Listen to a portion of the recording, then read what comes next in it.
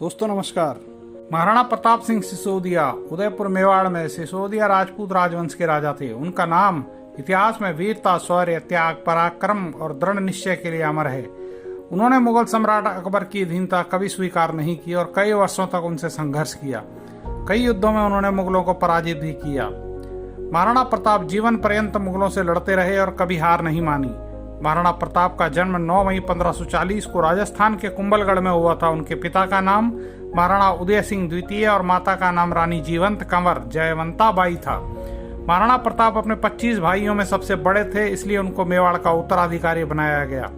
वो सिसोदिया राजवंश के 54वें शासक थे। महाराणा प्रताप को बचपन में ही ढाल तलवार चलाने का प्रशिक्षण दिया जाने लगा, क्योंकि उनके पिता उन्हें अपनी तरह कुशल योद्धा बनाना चाहते थे। 1567 में जब राजकुमार प्रताप को उत्तराधिकारी बनाया गया, उस समय उनकी उम्र केवल 27 वर्ष की थी और अकबर के शासनकाल में मुगल सेनाओं ने चित्तौड़गढ़ को चारों ओर से घेर लिया था। उस वक्त महाराणा उदय सिंह मुगलों से भिड़ने की बजाय चित्तौड़गढ़ छोड़कर परिवार सहित गोगुंदा चले गए।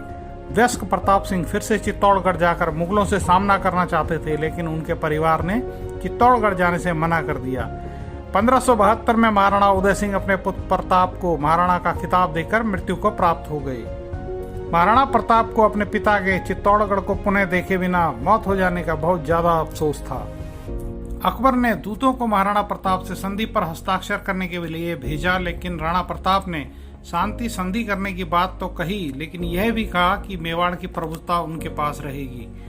1573 में संधि प्रस्ताव को ठुकराने के बाद अकबर ने मेवाड़ का बाहरी राज्यों से संपर्क तोड़ दिया। प्रताप ने अपनी सेना को मेवाड़ की राजधानी कुंभलगढ़ भेज दिया। अरावली पहाड़ियों पर रहने वाले भील भी राणा प्रताप की सेना के साथ हो गए। महाराणा प्रताप खुद जंगलों में रहे ताकि वे जान सके कि स्वतंत्रता और अधिकारों को पाने के लिए कितना दर्द सहना पड़ता है। उन्होंने पत्तल में भोजन किया, जमीन पर सोए और दाढ़ी भी नहीं बनाई। दरिद्रता के दौर में वो कच्ची झोपड़ियों में रहते थे जो मिट्टी और बांस की बनी होती थी। 18 जून 1576 को महाराणा प्रताप के 20,000 और मुगल सेना के 80,000 से अधिक सैनिकों के बीच हल्दी घाटी का युद्ध शुरू हो गया। उस समय मुगल सेना की कमान अकबर के सेनापति मान सिंह ने संभाली थी। महाराणा प्रताप की सेना मुगलों की सेना को खदेड़ रही थी। महाराणा प्रताप की सेना में अलामाल, ढोडिया भील, रामदास राठौर और हाकिम खां सूर जैसे सूरवीर थे।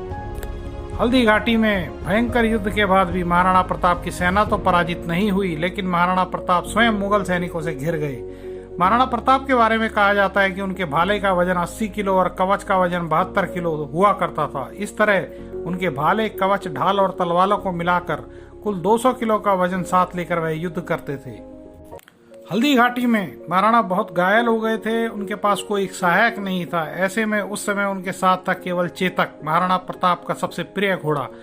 ऐसे में महाराणा ने चेतक की लगाम थामी और निकल लिए। उनके पीछे 2 मुगल सैनिक लगे हुए थे, पर चेतक की रफ्तार के सामने दोनों ढीले पड़ गए। रास्ते में एक पहाड़ी नाला बहता था। चेतक भी घायल था, पर छलांग मारकर नाला फांद गया और मुगल सैनिक मुंह ताकते रह गए। लेकिन चेतक अब बहुत थक चुका था, बहुत घायल था, वह दौड़ भी नहीं पा रहा था। महाराणा की जान बचाते हुए चेतक खुद शहीद हो गया और वीर गति को प्राप्त हुआ। हल्दी घाटी के युद्ध ने महाराणा प्रताप को जननायक के रूप में संपूर्ण भारतवर्ष में प्रसिद्ध कर दिया। हल्दी घाटी के युद्ध में पराजय के बाद राणा प्रताप के जीवन में जिस संकट काल का प्रारंभ हुआ, वह लगभग 10 वर्ष तक चला और बीतते समय के साथ वह अधिक विषम होता चला गया। इस दौरान गोगुंदा से दक्षिण के स्थित राजा गांव में राणा के परिवार को घास की रोटी भी नसीब नहीं हुई। एक बार बनविलाव उनके भूख से बिलखते बच्चों के हाथ से घास की रोटी भी छीन कर ले गया। अकबर ने 1576 को पुनः मेवाड़ पर चढ़ाई कर दी, परंतु वह प्रताप को पकड़ने में सफल नहीं हो सका। अकबर ने 15 अक्टूबर 1577 को अपने सिपह सालार शहबाज खान को कुंभेल मेर के गढ़ को फतेह करने के लिए भेजा। उसने जून 1578 में किला तो फतेह कर लिया, किंतु वह भी महाराणा प्रताप को नहीं पकड़ सका। इस संकट के समय में महाराणा प्रताप के मंत्री भामाशाह और उनके भाई ताराचंद ने मुल्क मालवे से दंड के 25 लाख रुपए तथा 20,000 स्वर्ण मुद्राएं उनको भेंट कर अपनी स्वामी भक्ति का परिचय दिया। शहबाज खान को 15 दिसंबर 1578 को महाराणा को कुचलने के लिए शाही लश्कर के साथ यह आदेश देते हुए भेजा कि यदि तुम प्रताप का दमन किए बिना वापस आए तो तुम्हारे सिर कलम कर दिए जाएंगे। शाही लश्कर और कठोर आदेश के बावजूद शहबाज खान प्रताप को नहीं पकड़ सका। तीसरी बार बादशाह ने 9 नवंबर 1579 को शहबाज खान को प्रताप को पकड़ने के लिए फिर भेजा, लेकिन मेवाड़ में उसे फिर सफलता नहीं मिली। 1580 में बादशाह अकबर ने अब्दुल रहीम खान खाना को अजमेर का सूबेदार नियुक्त किया और उसे मेवाड़ विजय का अभियान सौंपा। अब्दुल रहीम ने अपने परिवार को शेरगढ़ में छोड़कर राणा पर चढ़ाई कर दी।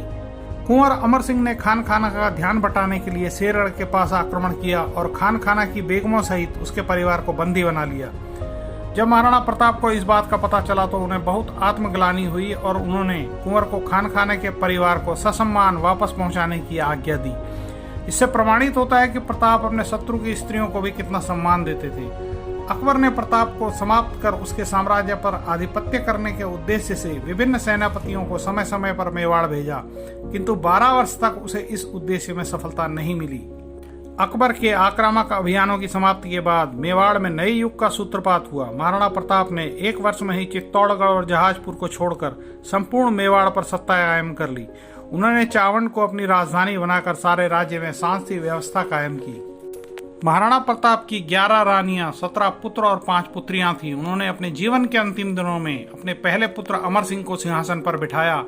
महाराणा प्रताप कभी चित्तौड़गढ़ वापस नहीं जा सके, लेकिन वे उसे पाने के लिए जीवन पर्यंत प्रयास करते रहे। जनवरी 1597 को मेवाड़ के महान नायक महाराणा प्रताप शिकार के दौरान बुरी तरह घायल हो गए और उनकी 56 वर्ष की आयु में ही मृत्यु हो गई। ऐसा कहा जाता है कि प्रताप की मौत पर अकबर खूब रोया था, क्योंकि एक बहादुर वीर इस दुनिया से अलविदा हो गया। उनके शव को 29 जनवरी 1597 को चावंड लाया गया। इस तरह महाराणा प्रताप इतिहास के पन्नों में अपनी बहादुरी और जनप्रियता के लिए अमर हो गए। महाराणा प्रताप अपनी मृत्यु तक घास के बिछौने पर सोते थे, क्योंकि चित्तौड़गढ़ को मुक्त कराने की उनकी प्रतिज्ञा पूरी नहीं हुई थी। भारतीय इतिहास में राजपूताने का गौरवपूर्ण स्थान रहा है। यहाँ के रणबांकुरों ने देश, जाति, धर्म तथा स्वाधीनता की रक्षा के लिए अपने प्राणों का बलिदान देने में कभी संकोच नहीं किया। महाराणा प्रताप के त्याग और बलिदान पर संपूर्ण भारत को गर्व है। इतिहास में मेवाड़ की तरह ही महाराणा प्रताप का भी एक विशिष्ट स्थान है। अगर आपको वीडियो में दी गई जानकारी अच्छी लगी हो तो वीडियो को लाइक करें और चैनल को सब्सक्राइब करें। अपने दोस्तों के साथ इसे शेयर करें। साथ ही बेल आइकन की घंटी प्रेस करें, जिससे आप हमारी कोई भी वीडियो मिस न कर सकें। धन्यवाद। नमस्कार।